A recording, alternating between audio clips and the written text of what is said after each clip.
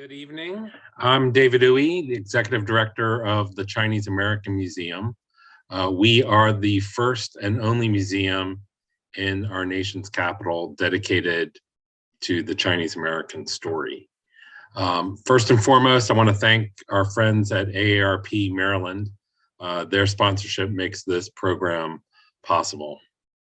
And just a quick note, you can ask questions in our Q&A feature or chat feature, and we will do our best to answer your questions if there is time. There's a lot to talk about, so hopefully we can squeeze that in at the end. So, over 1,000 years before the first Italian opera, this incredible art form of Chinese opera emerged out of the Zhao dynasty in the 300s. The first Italian opera wasn't until 1597, still a long time ago. But, for both Chinese and Western opera, there's just this beauty and fascination in how they could be so different and yet so much the same. And, it's interesting I hope we talk about tonight how they develop separately and how they really have merged into parallel art forms. So tonight we've brought the experts to unravel these mysteries. Opera in 2 acts, East meets West. So leading this discussion and ready to introduce our amazing guest is ethnomusicologist and professor of music at the University of California, San Diego, Nancy Guy. Her areas of focus include the music of Taiwan and China, varieties of opera, including European and Chinese forms, music and state politics, and the eco-critical study of music. So I am very pleased and excited to introduce Nancy Guy. Thank you so much for that introduction. It's really an honor for me to moderate this panel of brilliant creative artists.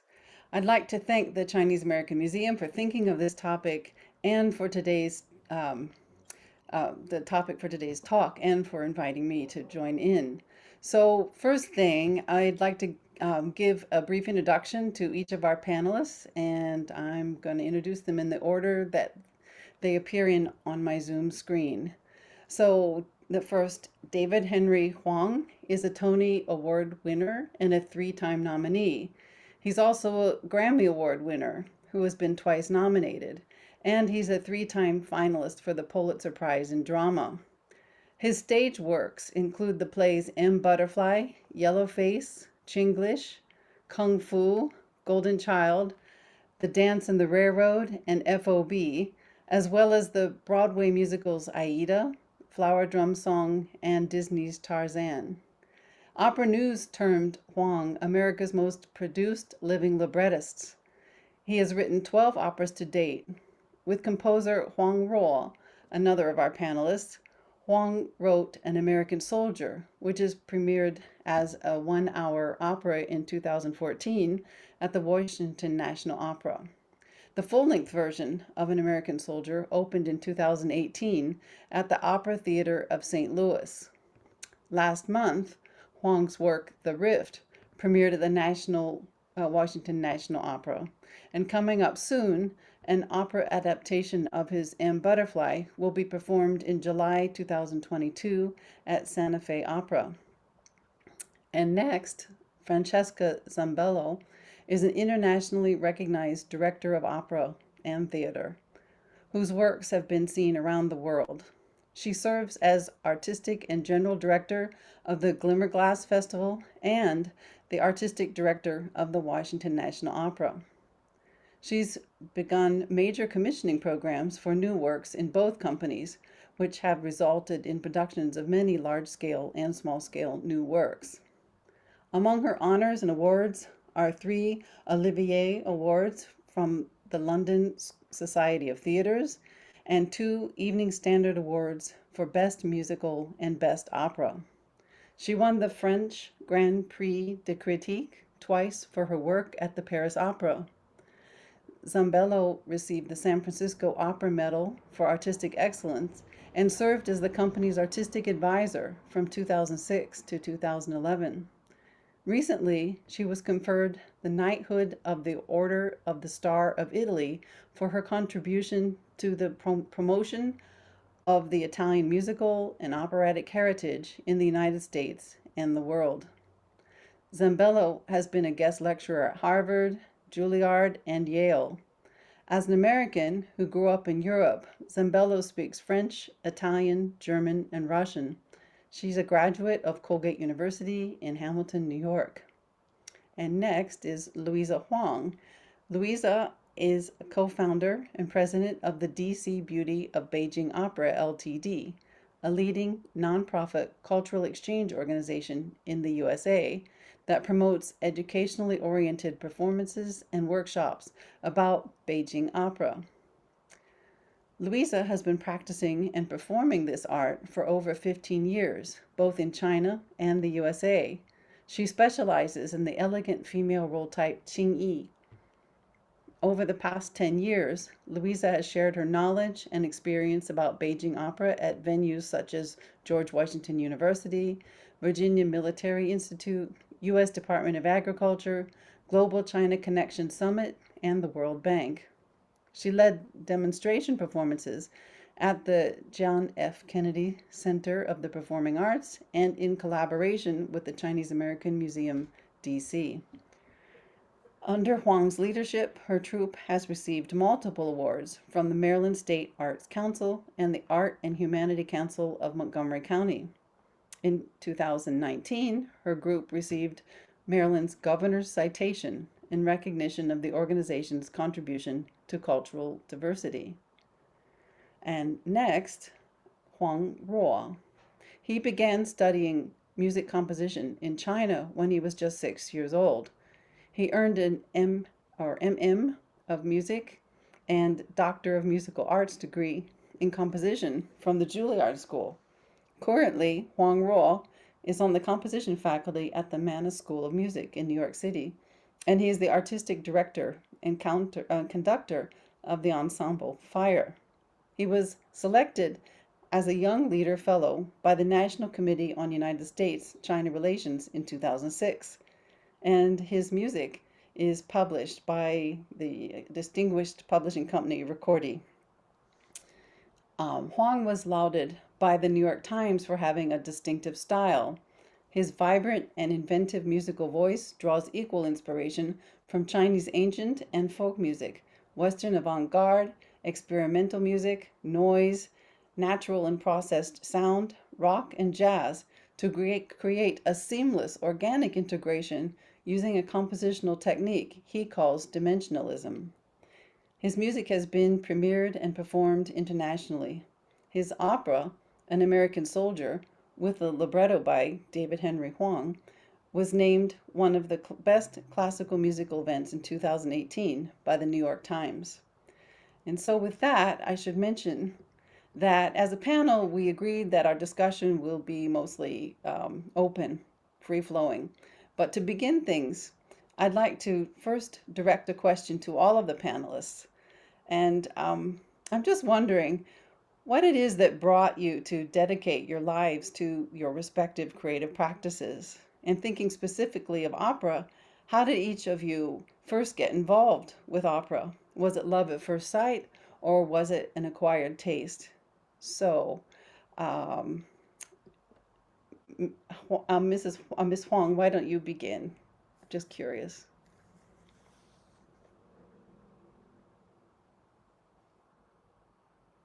Thank you very much, Nancy, for the wonderful introduction. It's my honor to be here as one serve on this prestigious panel. And let me share you the story because I was born and grew up in mainland China, and I think it's a love at first sight because there was about 120 traditional Chinese opera film produced in the 1950s and 60s. And my family was financially humble, and I spent most of my childhood in Northwest China. I'm the youngest girl in the family, so what my clothes are all inherited from my elder sisters. My mom and dad could only afford to make new clothes for me once a year. So my treat from the family is at the beginning of New Year, my mom would give me new clothes, and then she would take me to see one of the traditional Chinese opera film. For example, the love story, the butterfly's love story in Yueji opera, Shaoxing opera, and the Fairy and the Poor, Tianxianpei in Huang opera, and Drunken Beauty in Beijing opera. I was astonished by the beautiful costume and the helpings. You know, a little girl as me, a poor girl like me, to become, someone who wanted to be beautiful. That's the first sight. I think I fell in love at first sight. Of course, later I found out there's more than beautiful costumes, but I'll come to that later. Thank you. Okay. Who would like to go next? Just pop in. How about David Henry Hwang? Hi, good to be here with you all. So I'm primarily a playwright, although in learning to work in different scripted forms, I've ended up writing operas and as well as film and television and all that. So I grew up in a family that had a lot of instrumental music. My mother was a pianist. I studied violin. My sister became a cellist, but we didn't actually have that much vocal music. And when I began writing plays, particularly because some of my content, I discovered, I wanted to write about being Chinese American or Asian American. And I also wanted to find a form, like how could this be reflected not only in content, but in theatrical form. And I was fortunate early in my career. My first play was produced at the Public Theater off Broadway in New York when I was 22, and connected with an actor named John Lone, who some of you might know went on to play the lead role in Bertolucci's movie, The Last Emperor. But John had been brought up in Hong Kong in the Cantonese opera. And so we started playing with incorporating Cantonese opera movement into my plays. And that's how we began. I first started to learn about Chinese opera. Western opera came because my first Broadway show was called M. Butterfly, and I was sort of deconstructing Madame Butterfly along with a real life spy story, and just ended up listening to a lot of Puccini in rehearsals and kind of falling in love with the music. And then very soon after, I was asked by the composer Philip Glass to work with him on a musical theater piece, and that began my opera career. Okay. How about we move to Francesca? Thank you. Thanks. It's great to be here with everybody. Well, my burning passion for opera really came very much from my family. My mother was an actress and a singer, not an opera singer, but musicals. And so I spent a lot of time around the theater. My father, as my name suggests, was Italian, and he loved opera, and he loved playing opera and singing very loudly. And so I just, between theater and hearing that, I think it got in my DNA. And when I started working in New York, after university, I was always interested in being a director and being not as a performer, but on the other side. And so when I started, in New York at that time, I started working in the theater, but also started going to New York City Opera, where you used to be able to go for, $3. And opera I found theater almost too naturalistic, and opera, I loved the larger than life, the bigger stories, the way that you could go inside of an emotion of a character, the way that like Shakespeare does in words. And that became for me really the conduit to deciding to focus more on that. And also musicals, but just that music was a language. And then I went to Europe and started my career there because it was actually pragmatically a lot easier to get jobs there at that time. Okay, thanks. And last but not least, Huang Ruo. Hi, great to be with everyone. We have three panelists, all have the same last name, Huang. An old Chinese saying is 500 years ago, we all came from the same root, same family. So it is great to be united here. I was born and raised in southern China, the island of Hainan Dao, very far from where Louisa was from. My first Chinese opera experience also through the local opera we call Chongju, Hainanese opera. My grandparents are country people, so my grandmother was not qualified to bang her feet because there was no, she was not in that class. So she just bare feet walking around when she was a little kid, has a big feet. And but she never went to school or learned anything, how to write her name, this or that. But she has big love of local opera, and that's where she learned all her manners, right and wrong, good and evil, everything. And Chinese opera are very good at telling those moral stories. And so yeah, my first opera was her taking me to see a village opera, and we brought our own chair and own food, sitting outdoor, and the whole night was there. And then when I came to the U.S. to study, I was at Oberlin College. Then finally, I came to New York City on a spring break, and then I wandered into the famous Lincoln Center. There was a big poster of Sansom and Delilah, and has the name of Domingo, very large print, being the first name. I said, oh my God, I'm going to hear Domingo singing. So then I got myself a very, the lowest price standing ticket. And then I realized I was cheated because Domingo was not singing, but he was conducting. So, but hey, you know what? He drew me into the first Western opera live experience. So I still need to thank him for that if I had a chance. So. Okay, great. Yeah. So we all have our different paths that end up with this kind of enormous passion that seems to drive our lives. Following on the theme of the panel, Opera in Two Acts, East meets West, I'd like to ask our panelists to lend their thoughts to the question of what is Western opera? Now, these are massive topics, so we have to just kind of get to the essence if we can. And what is Chinese opera specifically? Let's narrow it down at least to Peking opera. In other words, what elements are fundamental to each of these art forms? And let's begin with Huang Ruo. We just ended with you, now let's start with you. Thanks and no thanks. I think the Western opera to me is because I know both art forms, so they have more similarities and also a lot of differences. But one thing that was quite intriguing was both operatic form has this story of Orpheus and Ulysses.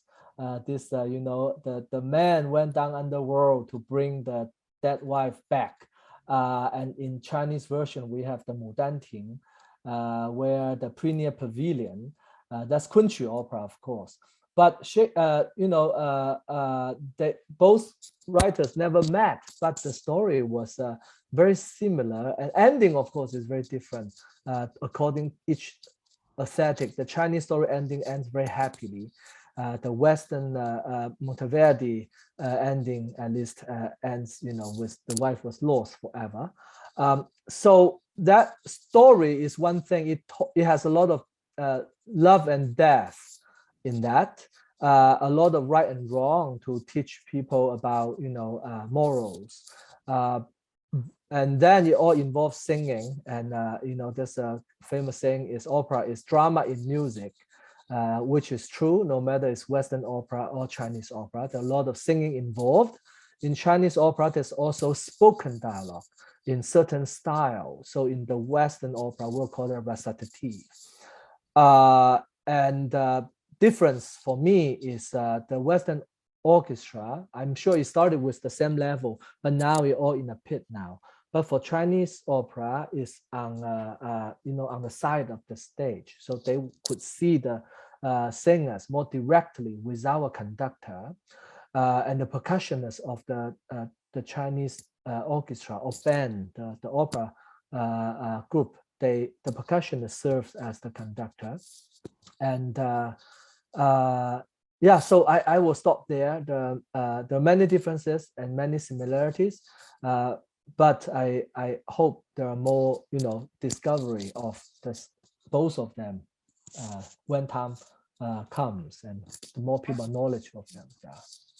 Thank you for that. I wonder if I could phrase it just a little bit differently, and I'd like to ask Francesca to respond. Um, Given that there have been so many changes over hundreds of years, and we continue to experiment in all kinds of ways, musically and in terms of productions, what element needs to be there in order for it to say this is opera, this is still opera? How far can you go? Or what is the essence to still earn the name opera? Well, I mean, I just think, as you asked before, I think the two art forms share, they share storytelling and they share, singing.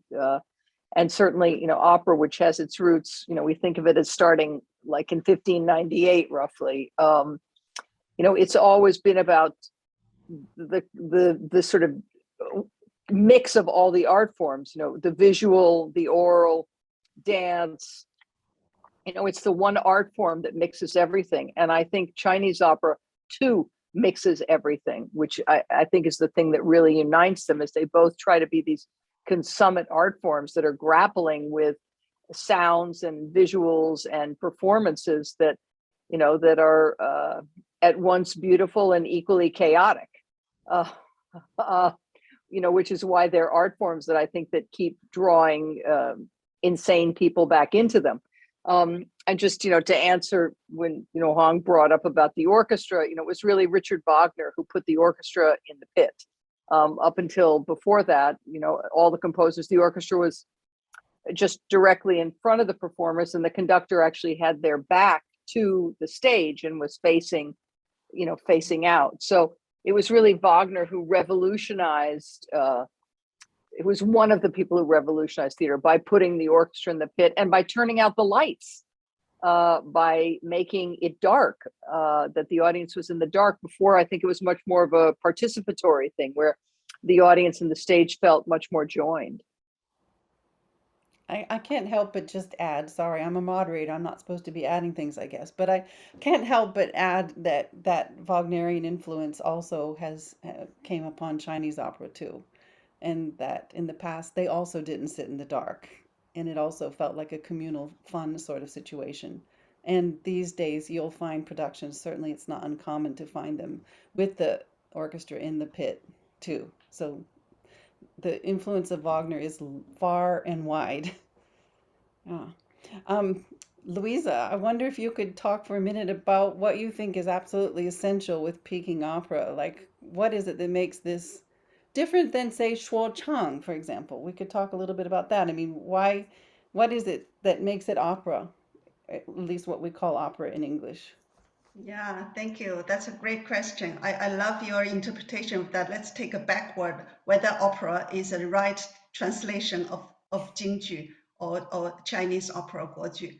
I would say that Beijing opera is a leading form. I would like to give it name to ancient musical theater in China, because it has been influenced and have absorbed the best from more than 300 indigenous theaters in ancient China since about 1,000 years ago in Yuan Dynasty. And over its long history, it's been influenced by Kunqi opera, for example, which is the music drama from Kunshan, a city in east of China. And also because of that, and has absorbed the best of all local operas, including the Qiong opera, the Huang Ruo mentioned, and also the other forms. So it's been widely acclaimed not only by literati, but also by masses. And not only by statesmen, but also by grassroots people. That's the most important elements from history perspective.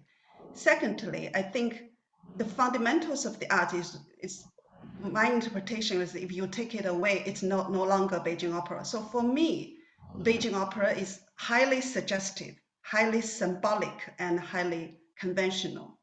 That's consistent with the traditional, all traditional arts in China, that you must have a margin. You have a margin there for people to think about that and to build on, to use your imagination, rather than I give you everything, like give you a structural doorway, give you a real horse on stage, and then you kind of deprive the audience enjoyment to make up his own beloved horse on the stage. So that's very, very important. And also because of the most performances are dealing with behaviors in daily life, it's easy to follow. And as Huang Ruo mentioned, Chinese stories, or most of them are about moral. We must have something take away from that. So we share about a universal value, about love, benevolence, loyalty, faithfulness, things like that. So it's easy for ordinary people to follow and to build on, and that cannot be taken away. Like I know, Francesca, you are going to produce Carmen. You are producing Carmen. It's going to premiere next month. But for me, Carmen, a lady who has a very low cut dress, exposed a lot of the body to the audience. It is unimaginable in ancient China, because in ancient China, a decent woman has to button up. It cannot show the body to the public, at least half a century ago. So that's very, very important. The second one is it's an actor-centric performing art. So the Beijing opera stories has a wide breadth. It can be romantic, can be seriousness, and can be funny. But why audience come to the theater? The actors kind of mastering of the challenging performing conventions constitute the major elements of the audience enjoyment in the theater. The audience could be very familiar with the storyline, very, very familiar with the aria and the recitative, but they still come back to see how well you're doing today and how well is this actor is doing vis-a-vis the other one. So it's the workmanship which is a key to the art. The final thing, I think, it is the highly participatory approach. I think in the Chinese opera stage, there's no wall between the stage and the audience. Unlike a lot of Western opera and also drama, it's a wall. So it's always engaging. It's always engaging, and the audience is part of the performance. It has to be there, use your imagination, and the performance, when they appear on the stage, they will give an introductory pose, and they will address the audience from time to time, jump out from the characters they try to build on, but they just talk about things like that. So try to engage the audience.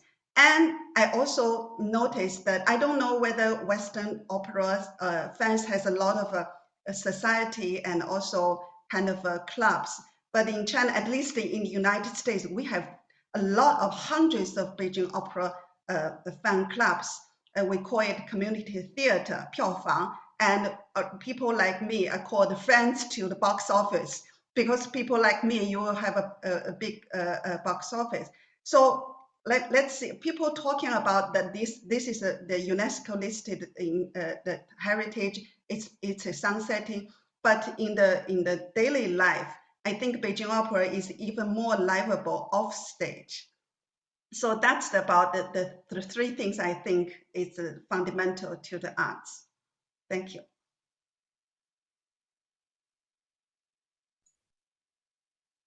You're mute, Nancy. Yeah.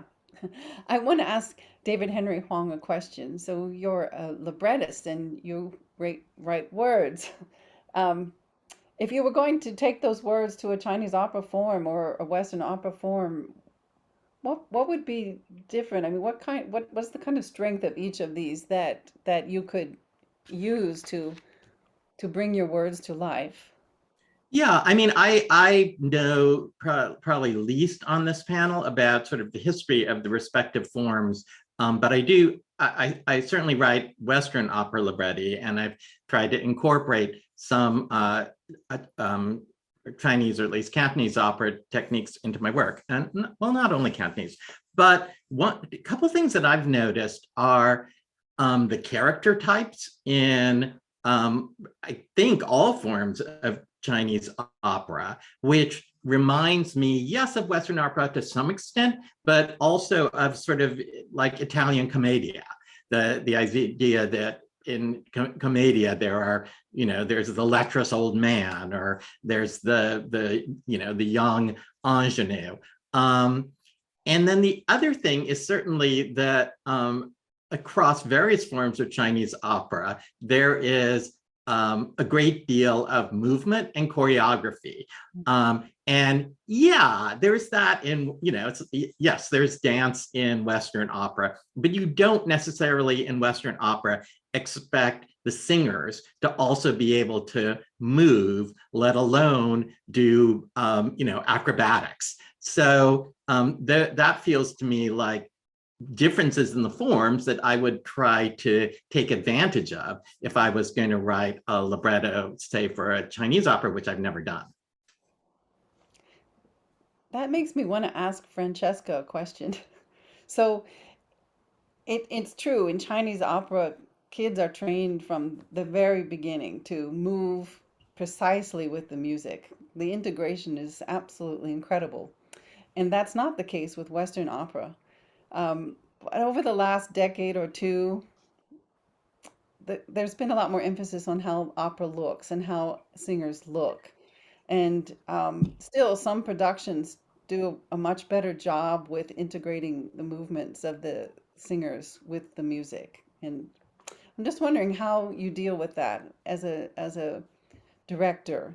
What's your philosophy? And maybe you could just speak a bit about this kind of change that's Well, happening. I think it's we've asked for a greater sense of verismo, certainly in a lot of performances, but ultimately the thing in opera is that the voice does have to lead. I mean, if you have to have a soprano who can sing Electra and sustain a high C, repeatedly, for example. But I think that certainly, with the advent of not just the internet, but the way that theater really completely revolutionized from the 50s on, that of course has impacted opera. And I think the way that we try to get audiences is, of course, is to give them a greater sense of theatricality and the visual, and the huge marrying of all of the art form. And so I think it was funny what you just said about Chinese kids, though, if I could just rewind to that, because I have worked in China, but directing Western opera. And to me, one of the most amazing things was the incredible discipline.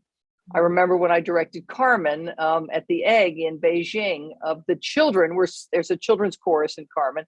They were so disciplined. And I kept saying to them, okay, kids, you're supposed to be bad. You're supposed to be ruffians. You're supposed to be street kids. And it was like, it took me weeks to pound that into them. But they were the most perfectly disciplined children I have ever encountered. And finally, of course, I got into them, and it was the same thing with the chorus. The young singers, they were mostly from the conservatory in their 20s. And in Carmen, I said, you're like cigarette girls. You're, loose and easy, and there's a lot of touching. And on day one, everybody was like, oh, we're not touching. No. I said, well, okay, here's the story. We're going to tell the story. That's our job. Our job is storytelling through music and through words. And so by the end, they were like all over each other and touching, and it was like I had opened the floodgates. But that was an amazing experience to me, because that was the first time I really got to hear a lot of different, at that point, Chinese opera, Beijing, and really experienced it, and became very fascinated by seeing it and hearing the voices and the tonalities, and so I still do think, they're disparate art forms that have yet to seek a common ground of creation. And I certainly, it's funny, Huang Ruo and I have talked a lot about, like I've said, why don't we make an opera, like a Western opera of Peony Pavilion, or of, the Monkey Tales? I love all of them. And so I'm like, why aren't we like, let's find a way to do those two things together. Because I do think that now this art form is familiar in America. And of course, Western opera is very familiar in China. Mm-hmm. I just thought I'd take a moment to ask Huang Ruo. He's a composer. Composers have all kinds of pressure to write music that people will listen to. Although there are some composers who don't care if no one ever listens to it. I have a feeling that you're one of the composers who cares that people listen. I'm wondering what kind of pressure you face in writing for an operatic form. Like, what's your strategy to make something that people are going to love and come back and listen to?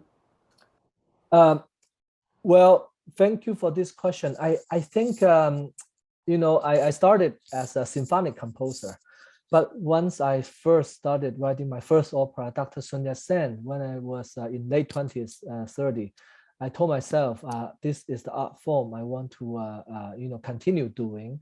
And one very important lesson I learned was when the moment you see all this imaginary character come alive on stage, that feeling is undescribable. But also in theater, in opera, you can connect with the audience closer. I feel, art should connect with people. So this also is another reason I want to do opera. What are the ingredients? I think, music and opera, they go from second 1 to second 2 to second 3. The beauty of music is you don't know what the second 2 will be until you get there. So it's abstract, but also it gives the creator a magic tool to play tricks on the audience, to let them anticipate or to give them a big surprise. So I think those are the tools I like to use as the creator, but also I want to pretend to be an observer to see whether I could be fooled by myself or not. I jokingly once to talk on another panel saying, I think as a composer, if the audience walk out of your opera and they try to remember what happened, they think of the music first. And then through the music, they remember the words. And then they remember the character. In that way, instead of the other way around, if they remember the character, and then they, oh, what is that? What did they say? What did they sing? I think as creator of music and words, we somehow felt them in certain way. So yeah, so I think to connect, to give people something to walk away with, no matter words or music or the moral of the story or a question in their mind. I think that is not really each opera is different, but that's always something I'm seeking out to. Okay, I want to turn to one of the questions in the Q&A. Carol Ann Tucker Watt asked the question, is there an opera at this time which best combines Eastern and Western opera? And I'll open that to any panelist who has an idea.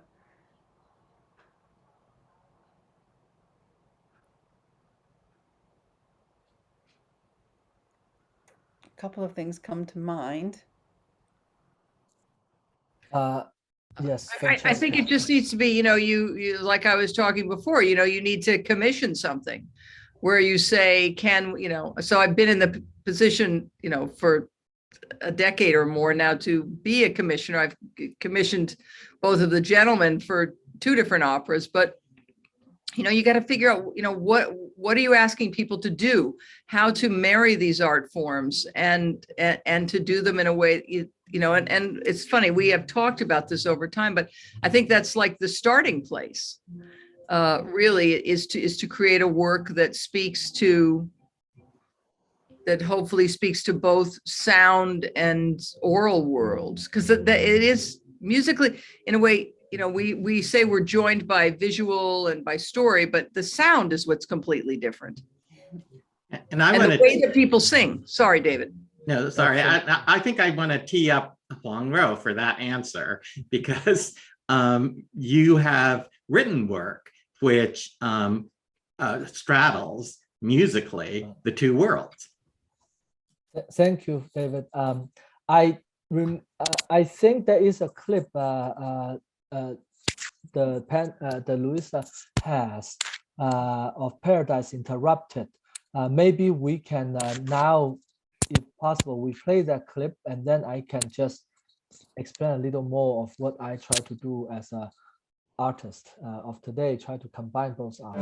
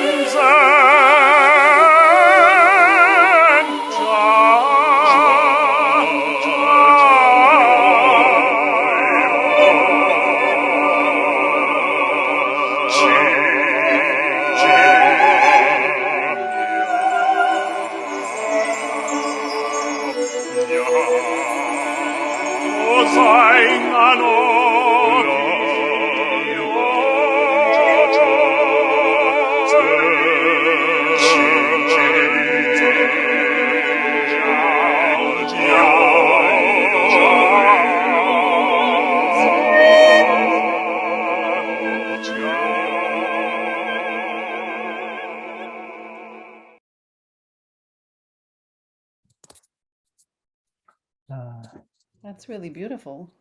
Yeah. So that opera is called Paradise Interrupted. It's what I call installation opera. It's a collaboration with visual artist Jennifer Winma, but also with Kunqu opera singer Qian Yi. So three of us created this opera in the hope and goal of combining both Western and Eastern, in this case, the Chinese Kunqu opera art form. When you see, the female character, so she sings in the Kunqu voice. So she has this sui xiu, these long sleeves, but was shorter than the tradition. So that was kept from our tradition, Chinese opera. Also her, her gown, the clothes she wear, although it's contemporary design, but was resembling the tradition. And the story-wise, also inspired by the Pineal Pavilion, You Yuan Jing Meng, and our opera is called Jing Yuan, so we reversed it. So instead of the female character dream of the lost lover and died, in our story is a contemporary woman, and she has no name, just called a woman, and she dreamed of her paradise and then was gone. So instead of she mourned herself to death, and she decided to look for the paradise. So in this case, it's more like someone trying to search for what is lost, no matter you could get it or not, but the idea of keep searching, and that is a journey of lifelong. Yeah, so it's a Kunqu opera voice plus 4 Western opera voice from bass to countertenor. To create this, what we call 4 elements. Yeah. Thanks so much for sharing that. Louisa, I know you also brought a clip. Do you want to prep that clip and tell us what we're going to see? Sure. Louisa, why don't you bring up the Drunken Beauty for 1 minute? Thank you.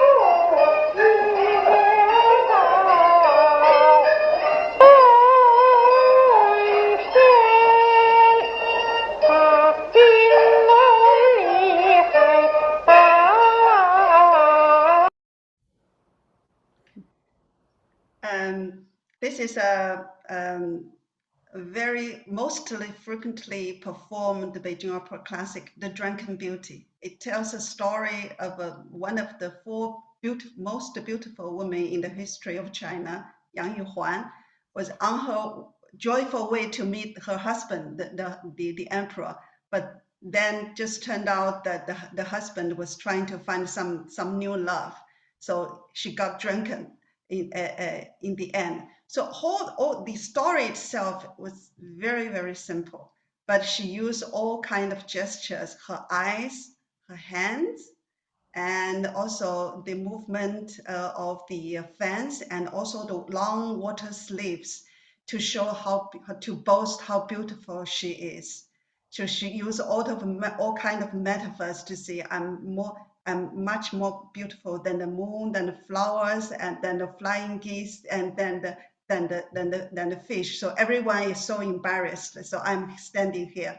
And then at the second half of this play, she tried to show that even though I am drunken, I'm still beautiful.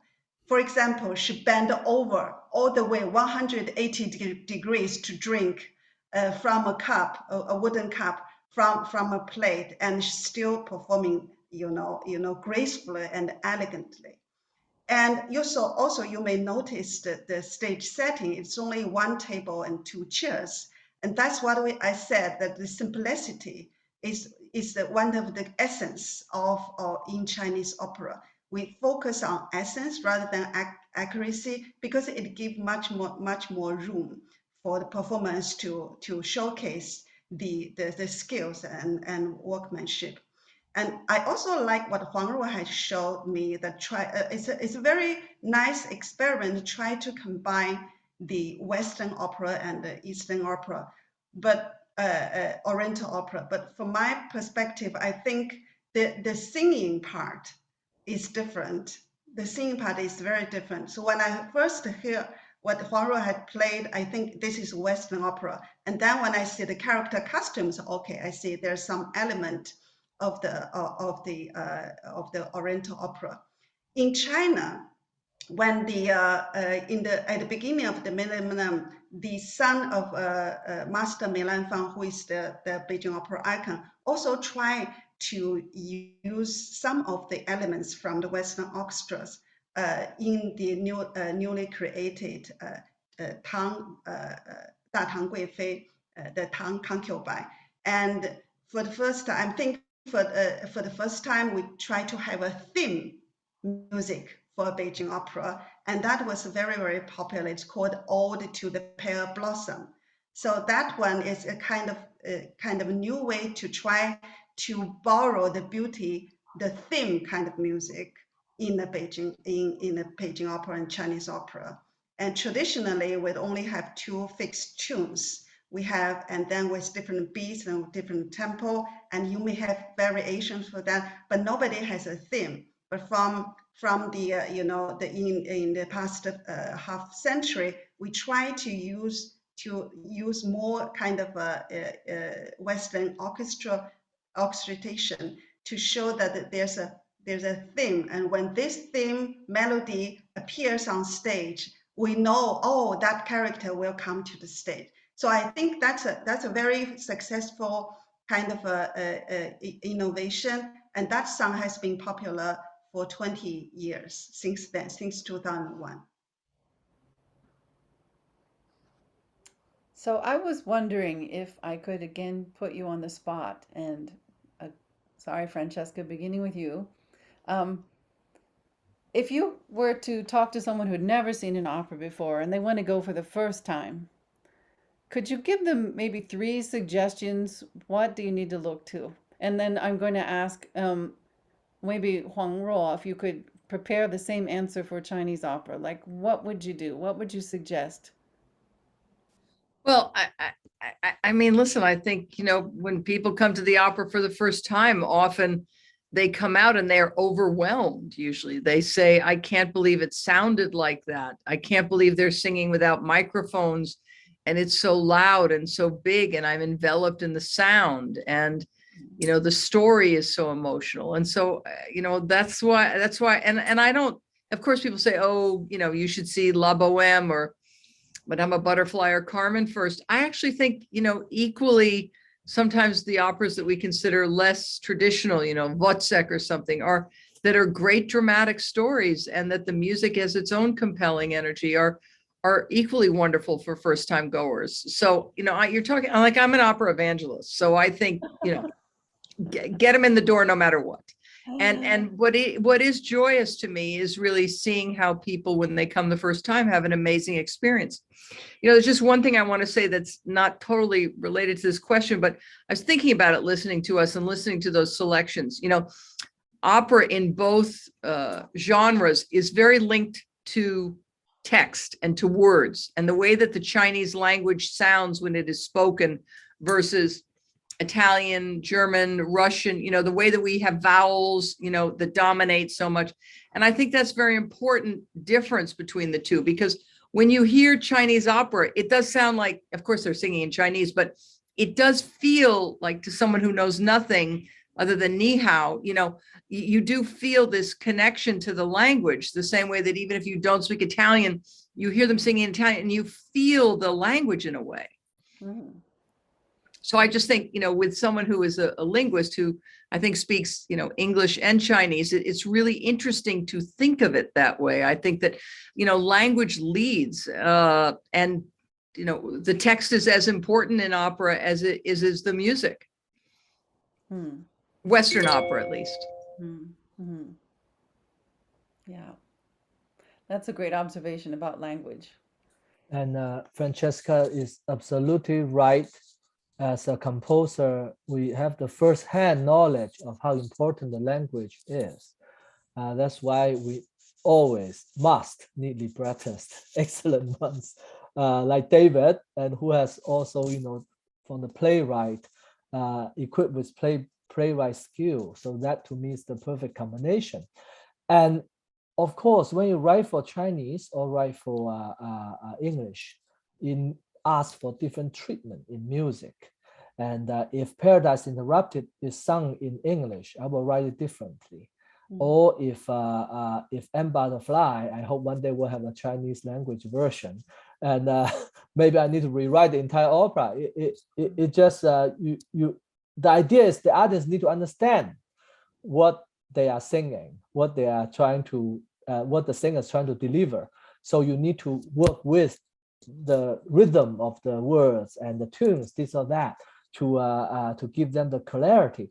But I often thought, you know, when I get older, people ask me this question, and then I feel I have an answer. People often think, you know, ask what's the difference of Chinese, writing for Chinese and writing for English, for example. Now, writing for English, the tricky thing of English is when you have this this kind of word, you have this ending. You can't drag on too long. If you have a word like I eat, if you do it like a Chinese opera, I eat,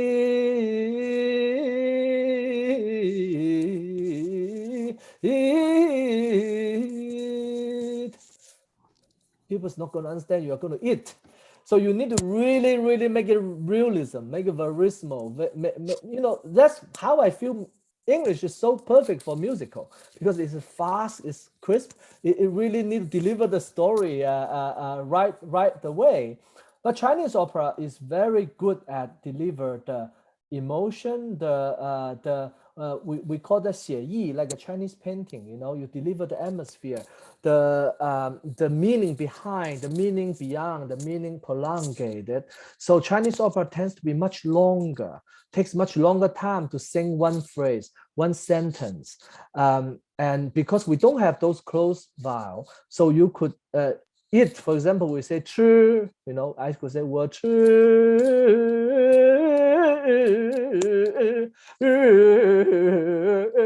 晚饭呢. So people still understand I'm eating dinner.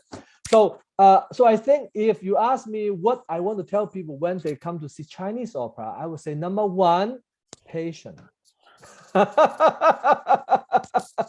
Francesca has to leave in 1 minute. Oh, okay. No. I think this is a great. I actually have a rehearsal with the full chorus and everything. I do just think we should quickly answer the person's question about men singing in Chinese opera. You know, Western opera shares that with Chinese opera. Women have sung men's roles, men have sung women's roles in Western opera. And, you know, and that's sort of one of the amazing things. We've been the most gender fluid art forms forever. So I leave you with that to discuss that. Could I just do that? And excuse me for leaving you all. Oh, thank you. Thank you so much.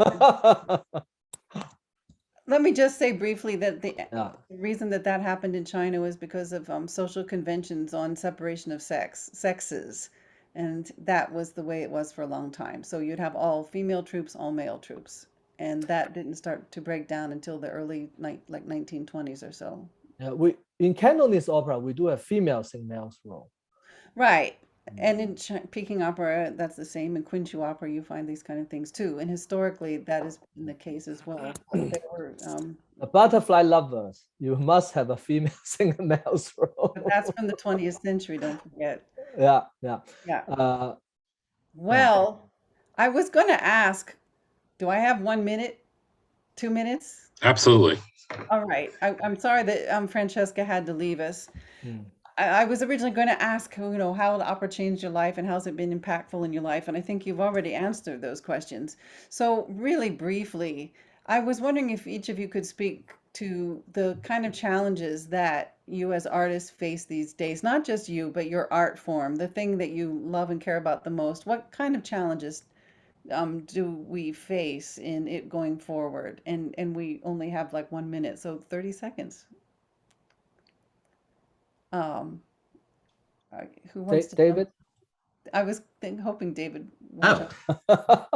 Look, I mean, clearly at this moment, the huge challenge is that we are still bouncing back from the pandemic and the fact that theaters have been closed for 2 years. And hopefully this will lead to new ways of looking at this form. We've had 2 years off, essentially, and how we make it, our working conditions, the stories that we tell, I think we can think about in new and more innovative ways. Okay. Can you speak for all of Chinese opera, Louisa, in 15 seconds? In 15 seconds, okay. I think it's more on how to do progression versus modernization, because we wanted to use the Beijing opera also to depict some of the kind of modern life, but how to use our convention to, you know, kind of describe the modern life, it is really a challenge. But other than that, it's a beautiful art to be preserved. Okay, great. And Huang Ruo, I'm not sure what you want to speak to, like contemporary composition. Well, no, I'm just in general, I do feel I encourage everyone to give opera a try, no matter Western or Eastern or hybrid form, because in movie world, you need 3D glasses to feel real. Obviously, you can't do that with TV, but in theater, in opera, it's as real as you can see people spit on you. So I think, you know, this is an art form, no matter what corner of the world you are at or what tradition you came from, we all came to the same conclusion. Nothing could replace live art in theater. So do come and do let go of yourself to embrace them. That's perfect. Thank you so much, everyone. Really appreciate the opportunity today. Well, what a wonderful discussion. And I just wanted to add to an earlier comment from Huang Ruo. My Chinese family name is also Huang. So 3 Huangs. Four of them. Four. This is the family reunion of Huang That's family. right. That's right. We'll get together 500 years, for us to come together. So, you know, one takeaway that I get from this conversation is that, you know, that performance that melds Eastern and Western opera is afoot. So we're looking forward to it. Everyone heard it here first. All right. Yeah. Okay. Well, continue. Yeah. Well, I just wanted to thank Nancy and Huang Ruo and David and Francesca and Louisa Huang, and also our program coordinator Louisa Sorkness, who is always behind the scenes, making these programs come to life. everybody that's registered for this program will receive some of the links that I think we're going to show in a second. But and this information will also be added to the recording of this session that we always put on our YouTube channel. Usually appears in a few days. So, and just last but not least, I wanted to thank AARP Maryland. Their support makes this program possible. So let me just stick up this screen and feel free to add your final comments while I'm doing this. Okay, is everybody seeing this screen now?